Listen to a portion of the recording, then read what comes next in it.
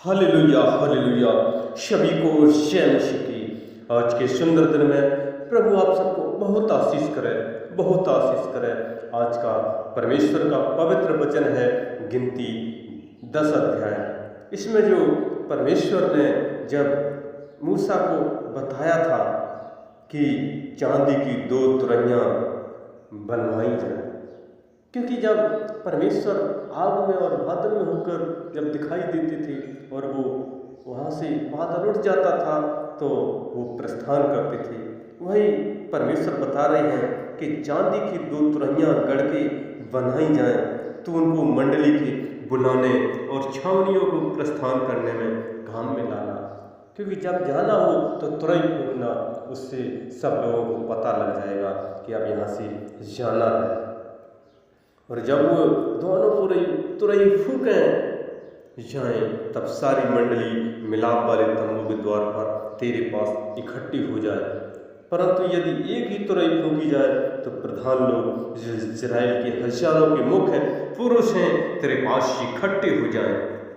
जब तुम लोग सांस बांधकर फूको तो पूर्व दिशा की छावनियों का प्रस्थान हो, और जब तुम दूसरी बार सांस बांधकर फूको तब दक्षिण दिशा की छावनियों का प्रस्थान हो।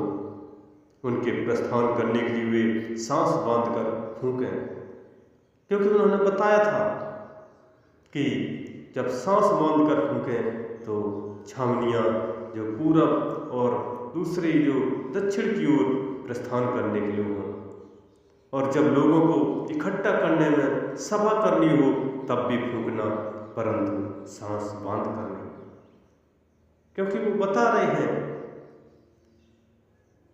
मूसा को परमेश्वर ने बताया कि ऐसा ही करना है।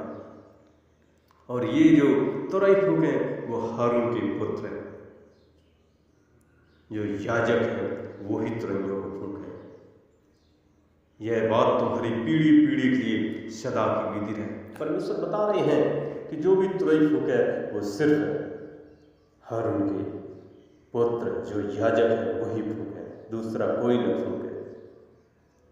और जब तुम अपने देश में किसी सताने वाले से लड़ने को निकलो तब तुरैयों को सांस बांधकर फूकना, तब तुम्हारे परमेश्वर यहोवा को तुम्हारा स्मरण आएगा और तुम अपने शत्रुओं से बचाव जाओगे।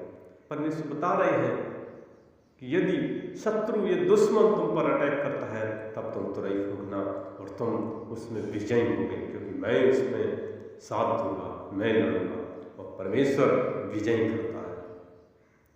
और अपने आनंद के दिन में, अपने नियत पर्वों में, महीनों में, होम बलियों, मेल बलियों में उन तुरैयों को फूकना, इससे तुम्हारे परमेश्वर का तुम्हारा स्मरण आएगा।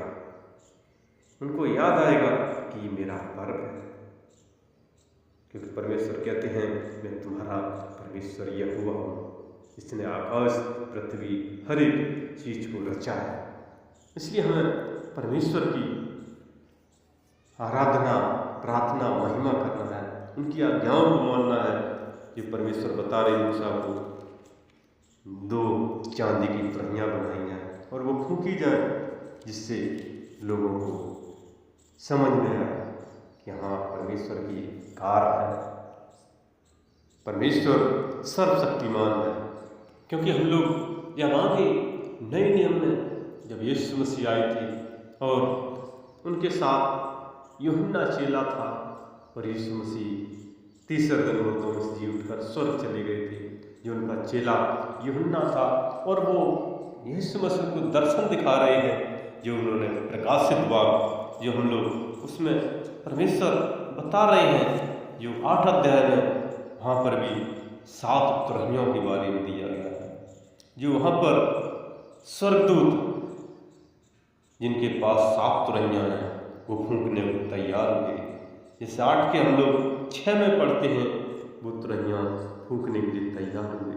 जब पहले स्वर्गदूत ने तुरई फूंकी तो लहू से मिले हुए गोले आग उत्पन्न हुई और पृथ्वी पर डाल दी गई और 1/3 हिस्से लगे, क्योंकि पहली तुरई फूंकने में इतना बड़ी विपत्ति आई, क्योंकि जो 7 स्वर्गदूतों को 7 तुरैयां दी गई थी वो 7 विपत्तियों के बारे में दिया गया है।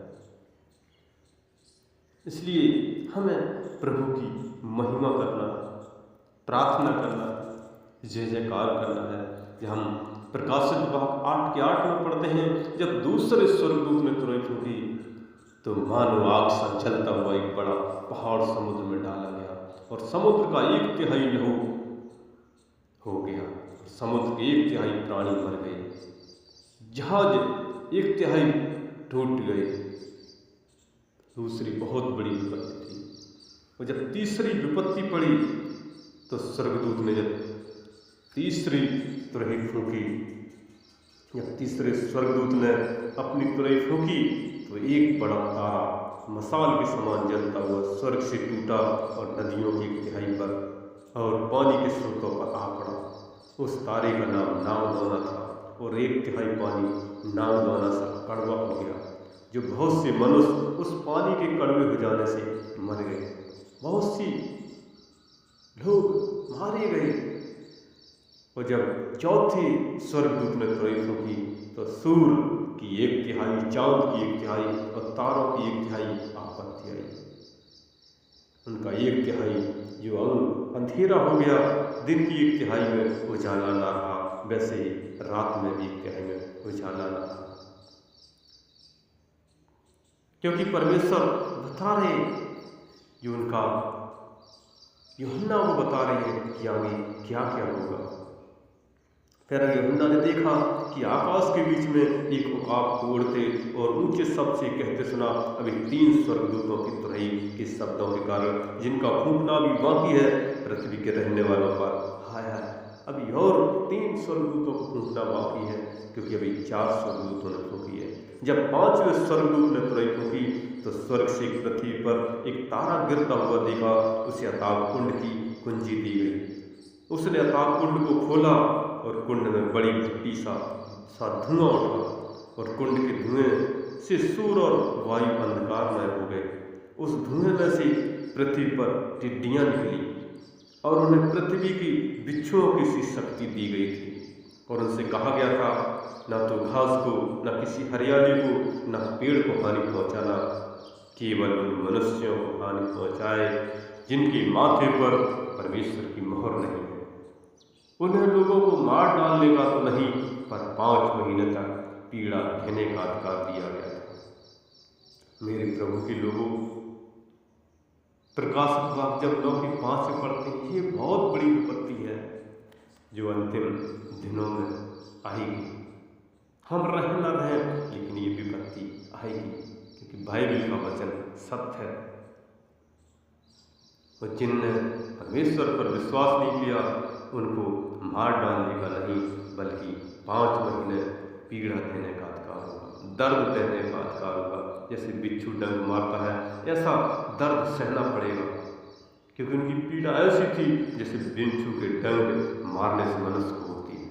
उन दिनों में मनुष्य मृत्यु को ढूंढेंगे और ना पाएंगे, और मरने की लालसा करेंगे, परंतु मृत्यु उनसे भागेगी, क्योंकि मृत्यु दूर भागेगी। उनको दर्द सहना ही पड़ेगा। और जब 6वें स्वर्गदूत ने जब तुरही फूंकी तो जो 4 जो स्वर्गदूत थे, वो उनको दिन में, महीने, वर्ष जो मनुष्यों के 1/3 की मार डालने को तैयार किए गए थे, उनकी फौज के सवारों की गिनती 20 करोड़ थी। और उन्होंने मनुष्यों की, उनके मुंह से आग, धुएं, गंधक सी मुंह से निकलती थी और मनुष्य की 1/3 मार डाली गई।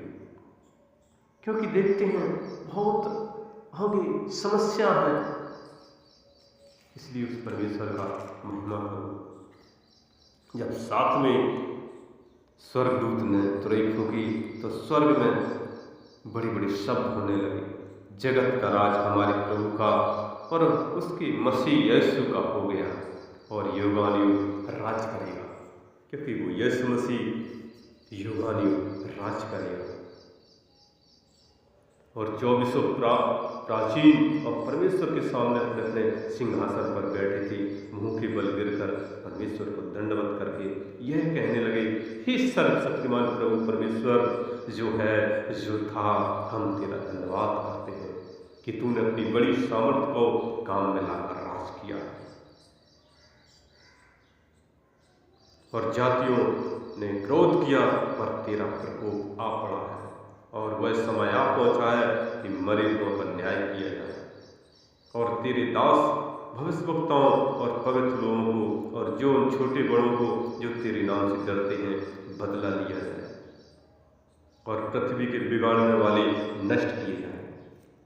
तब परमेश्वर का जो मंदिर है स्वर्ग में से खोला गया और उसके मंदिर में उसकी वाचा का संदूक दिखाई दिया, जो वो 10 आज्ञाएं थी, और बिजलियां और बड़ी शब्द, गर्जन, भूकंप, बड़ी उगली पड़ी, क्योंकि बहुत अंत में विपत्तियां हैं, क्योंकि परमेश्वर न्याय करेगा। उसके सामने हर किसी को खड़ा होना पड़ेगा, चाहे छोटा हो चाहे बड़ा, चाहे राजा हो चाहे फकीर, उसके सामने खड़ा होना पड़ेगा। इसलिए उसकी महिमा करें, आराधना करें, प्रार्थना करें, क्योंकि उसका वचन कहता है उससे प्रार्थना करो, उसका जय जयकार करो, जिससे वो प्रसन्न होता है। भक्ति और आराधना करो, क्योंकि पृथ्वी पर तो थोड़े दिन की जिंदगी है, आज नहीं तो कल एक दिन इस संसार को छोड़कर जाना पड़ेगा। इसलिए उसकी महिमा करें, आराधना करें, प्रार्थना करें, जय जयकार करें। इस वचन के द्वारा प्रभु आप सबको बहुत आशीष करें और हमारा अगला वीडियो देखने के लिए हमारे इस नए चैनल को आप लाइक सब्सक्राइब जरूर करें। धन्यवाद।